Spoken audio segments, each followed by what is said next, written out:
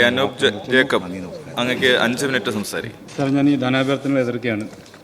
ഈ നമ്മുടെ ഈ ഗവൺമെൻറ്റിൻ്റെ പ്രയോറിറ്റി എവിടെയാണ് എന്ന് ഇന്ന് രാവിലത്തെ അടിയന്തര പ്രമേയ ചർച്ചയിൽ ചോദിക്കുകയുണ്ടായി. സാമൂഹ്യ സുരക്ഷാ പെൻഷനടക്കം മുടങ്ങിക്കിടക്കുന്ന ഒരു സാഹചര്യം ഇന്ന് നമ്മൾ കാണുകയാണ്. സാർ, ഇവരിറക്കിയ പ്രോഗ്രസ് റിപ്പോർട്ടിൽ നോക്കിക്കഴിയുമ്പോൾ ഈ സാമൂഹ്യ മേഖലയുമായി ബന്ധപ്പെട്ട് ആശ്വാസകിരണം പദ്ധതി, സ്നേഹപൂർവ്വം പദ്ധതി, വിവിധ ഇപ്പോൾ കോക്ലിയർ ഇംപ്ലാന്റേഷൻ സർജറി മുടങ്ങിക്കിടക്കുന്ന അനവധി കുട്ടികളുടെ അവസ്ഥ, അതിനെ സംബന്ധിച്ചൊന്നും യാതൊരു പ്രോഗ്രസ്സോ പരാമർശങ്ങളോ ഒന്നും തന്നെ കാണുന്നില്ല. ഇതിൻ്റെ അകത്ത് ഞാൻ സൂചിപ്പിച്ചത് ഈ ആശ്വാസകിരൺ പദ്ധതി ഗവൺമെൻറ്റിന് അറിവുള്ളൊരു കാര്യമാണ്. പരസഹായത്തോടെ മാത്രം ജീവൻ തള്ളി നിൽക്കുന്ന നിർധനായവരെ പരിചരിക്കുന്നവർക്ക് ലഭിക്കുന്ന ഒരു ചെറിയ വരുമാനമാണ്. സാർ, അതുപോലും പൂർണ്ണമായും കൊടുത്തു തീർക്കുവാൻ ഈ ഗവൺമെൻറ്റിന് കഴിയുന്നില്ല എന്നുള്ളത് വളരെ പ്രതിഷേധാർഹമായ ഒന്ന് തന്നെയാണ്. 2010 ആരംഭിച്ച ഈ പദ്ധതിയിലേക്ക് പുതുതായി അപേക്ഷകരെ പോലും നിങ്ങൾ ചേർക്കുന്നില്ല. സ്നേഹപൂർവ്വം പദ്ധതി, അനാഥരായ കുട്ടികൾക്ക് പഠന സഹായം നൽകാൻ UDF ഗവൺമെൻറ് കാലയളവിൽ കൊണ്ടുവന്ന പദ്ധതി, ആ പദ്ധതി ഇന്ന് എവിടെ എത്തി നിൽക്കുന്നു സർ? സാർ, കോക്ലിയർ ഇംപ്ലാന്റേഷൻ വഴി 650 കുട്ടികൾക്ക് അവരുടെ ജീവിതത്തിലേക്ക് തിരിച്ചു കൊണ്ടുവരാൻ കഴിഞ്ഞുവെങ്കിൽ ഇന്ന് അവരുടെ അവസ്ഥ എന്താണ്? അവർക്ക് പലരും നിർധനരാണ്. അവർക്ക് യാതൊരു രീതിയിലുള്ള അതിൻ്റെ മെയിൻ്റനൻസോ മറ്റു കാര്യങ്ങളോ മെഷീനറി ചെയ്യാൻ കഴിയാത്തവരുണ്ട്. അങ്ങനെയുള്ളവരുടെ കാര്യം നോക്കാൻ കഴിയാത്ത നിങ്ങൾ മറ്റ് എന്തിനെ സംബന്ധിച്ചും പ്രസംഗിച്ചിട്ട് യാതൊരു അർത്ഥവുമില്ല.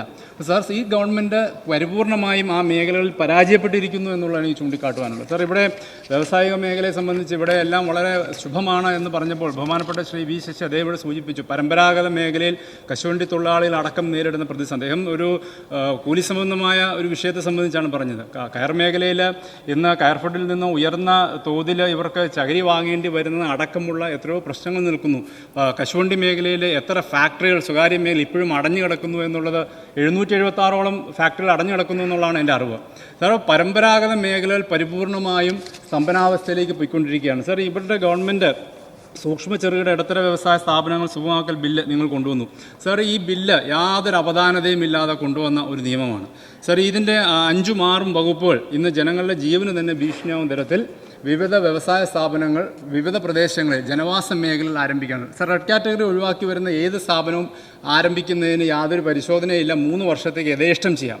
ഇതിൻ്റെ പേരിൽ ഇപ്പോൾ ടാർ മിക്സിംഗ് പ്ലാന്റ് ഒരു ഉദാഹരണം ഞാൻ പറയാം. അതടക്കമുള്ള എത്രയോ പ്ലാന്റുകൾ ഇന്ന് നമ്മുടെ ഗ്രാമീണ മേഖലകളിൽ വരുന്നു. ഈ നിയമത്തിൻ്റെ അടിസ്ഥാനത്തിൽ കോടിക്കണക്കിന് രൂപ ഇൻവെസ്റ്റ് ചെയ്തുകൊണ്ട് ഒരു സംരംഭകൻ വരുന്നു. അത് സ്വാഭാവികമായിട്ട് ജനജീവൻ ദുസ്സഹമാവുന്ന നിലയിലേക്ക് വരുമ്പോൾ അവിടെ വലിയ പ്രതിഷേധം ഉയരുന്നു. അപ്പോൾ സംരംഭകൻ ഒരു ഭാഗത്ത് അവൻ അവതാളത്തിലാവുന്ന അവസ്ഥയും ജനങ്ങളുടെ ജീവിതത്തെ സംബന്ധിച്ചുള്ള ആശങ്ക വരുമ്പോൾ സമരം മറുഭാഗത്തേക്കും വരുന്നു.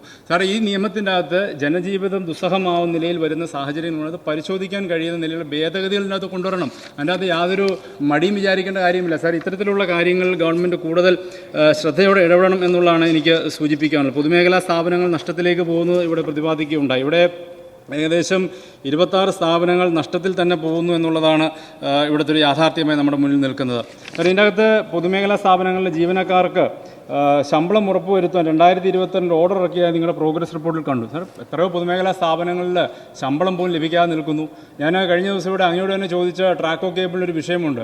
ആ ട്രാക്കോ കേബിൾ എറണാകുളത്തെ ട്രാക്കോ കേബിളിലൂടെ ചാണ്ടിയുമ്മനെ സൂചിപ്പിച്ചു. ഈ ട്രാക്കോ കേബിൾ നിർത്തലാക്കാനാണ് ഉദ്ദേശിച്ചത്. അങ്ങന്ന് മറുപടി വളരെ വളച്ചൊടിച്ചൊരു മറുപടി പറഞ്ഞങ്ങ് പോയി. എൻ്റെ നേരിട്ടുള്ള ചോദ്യം, ഇരുമ്പനത്തെ ട്രാക്കോ കേബിൾ മുമ്പോട്ട് കൊണ്ടുപോകാൻ ഗവൺമെൻറ് ഉദ്ദേശിക്കുന്നുണ്ടോ ഇല്ലയോ എന്നുള്ളതാണ്. അവിടെ ആവശ്യമായ അവരുടെ റോ മെറ്റീരിയൽസ് ലഭ്യമാക്കിക്കൊണ്ട് അവിടെ ഉൽപ്പാദനം നടത്തുവാനുള്ള സാഹചര്യം മെഷീനറിയൊക്കെ കൊണ്ടുവന്നുള്ള അങ്ങേക്കറിയാമല്ലോ, അങ്ങയുടെ ജില്ലയും കൂടിയല്ലേ. ആ സ്ഥാപനത്തെ തിരുവല്ലയിലോ വേറെ ഏതെങ്കിലും യൂണിറ്റിലേക്കോ കൊണ്ടുവന്ന് ചേർത്തുകൊണ്ട് ആ യൂണിറ്റ് ഇല്ലാണ്ടാക്കാനുള്ള നടപടി ഒരു കാരണവശാലും ഉണ്ടാവാൻ പാടില്ല. സാർ, അതുപോലെ തന്നെ ഇലക്ട്രോണിക്സ് പാർക്കിനെ കുറിച്ച് ഇതിൻ്റെ അകത്ത് നിങ്ങൾ പറഞ്ഞിട്ടുണ്ട്. അതിൻ്റെ അകത്തും എനിക്കത് വായിച്ചപ്പോൾ വളരെ കഷ്ടം തോന്നി. അതിൻ്റെ അകത്ത് നിങ്ങൾ 20 ഏക്കർ സ്ഥലം ഇതിനായിട്ട് അമ്പലം ഇലക്ട്രോണിക്സ് പാർക്കിനെ കുറിച്ചാണ് ഞാൻ പറയുന്നത്. 20 ഏക്കർ സ്ഥലം അക്വോ പാർക്കിനായിട്ട് നിങ്ങൾ മാറ്റാൻ പോകുന്നു എന്നുള്ളതാണ് അതിൻ്റെ അകത്ത് പ്രതിപാദിച്ചിരിക്കുന്നത്. ഇത് നിങ്ങളുടെ പ്രകടന പത്രികയിൽ തന്നെ പറഞ്ഞ കാര്യമാണ്. ഏതാ ഇലക്ട്രോണിക്സ് പാർക്ക് അവിടെ കൊണ്ടുവരും, ഇലക്ട്രോണിക് മേഖലയിൽ നിങ്ങൾ ഉൽപ്പാദനം വർദ്ധിപ്പിക്കാൻ പോകുന്നു. എന്നിട്ട് ഇപ്പോൾ 21.5 ഏക്കർ ഭൂമി ഏറ്റെടുത്തിരിക്കുന്നത് അക്വോ പാർക്കിനായിട്ട്. നിങ്ങൾക്ക് ധാരാളം വിദേശയാത്രകൾ നടത്തുന്നുണ്ടല്ലോ. സാർ, ഓരോ ഭാഗങ്ങളിൽ ഇക്കോ ഫ്രണ്ട്ലി ആയിട്ട് ഓരോ പദ്ധതികൾ ഡെവലപ്പ് ചെയ്യാൻ കഴിയുന്നു എന്നുള്ളത് എത്രയോ രാജ്യങ്ങൾ ഉദാഹരണമായി നമ്മുടെ മുന്നിലുണ്ട്.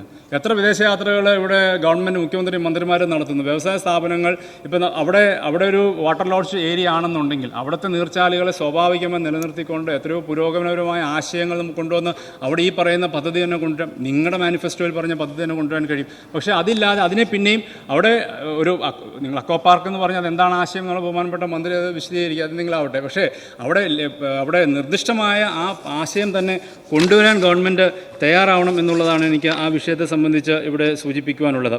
സാർ, ചെറുകിട ഇടത്തര വ്യവസായ സംരംഭകർക്ക് അനുവദിച്ച സഹായത്തിന് സംരംഭകർ കാത്തിരിക്കാൻ തുടങ്ങിയിട്ട് ഏതാണ്ട് 8 മാസമായി. 14 ജില്ലകളിലായി 60 കോടി രൂപയാണ് ഇനിയും ഇവിടെ ലഭിക്കാനുള്ളത്.